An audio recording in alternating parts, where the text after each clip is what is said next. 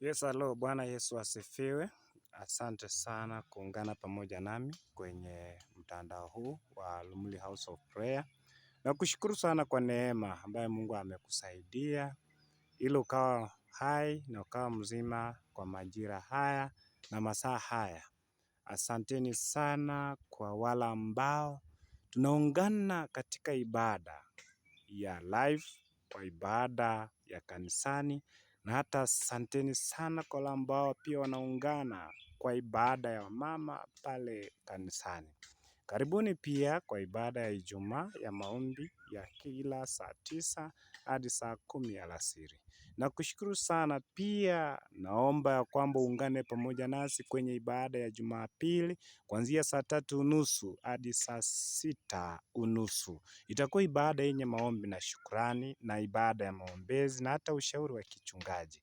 Mungu wa amani akubariki sana unapoungana pamoja nasi katika maeneo haya na hata mjini hapa jijini Kitale na hata Trans Nzoia kiujumla na Kenya kiujumla na hata dunia kote kote. Kwa wale ambao wanatufuatilia online, nasema asanteni sana. Mungu wa amani awabariki. Akaunti yetu ya church, unapotaka kusupport na kutoa sadaka zako, akaunti zetu za church ni za Cooperative Bank. Tunatumia Cooperative Bank, baby ni 400-200 na account number ni 1071862.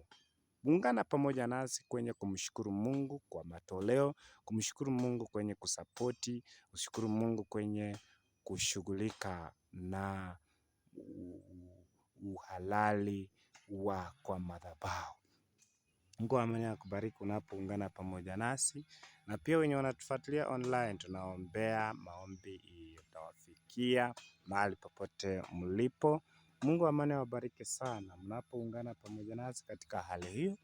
Naitwa Pastor Ashton L. Juma Biketi. Kanisa letu naitwa Lumuli House of Prayer Church, liko karibu na mkabala na shule ya Lumuli Primary School.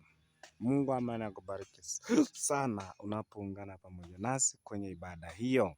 Mungu wa amani akutembeze na kuonyesha madhabahu, kwa maana tumeenda kwa maeneo ambayo ibada ni ya uhakika, ibada ni ya kutilia mkazo. Tujaenda maeneo hayo kulala, maana Lumuli si sehemu ya kulala.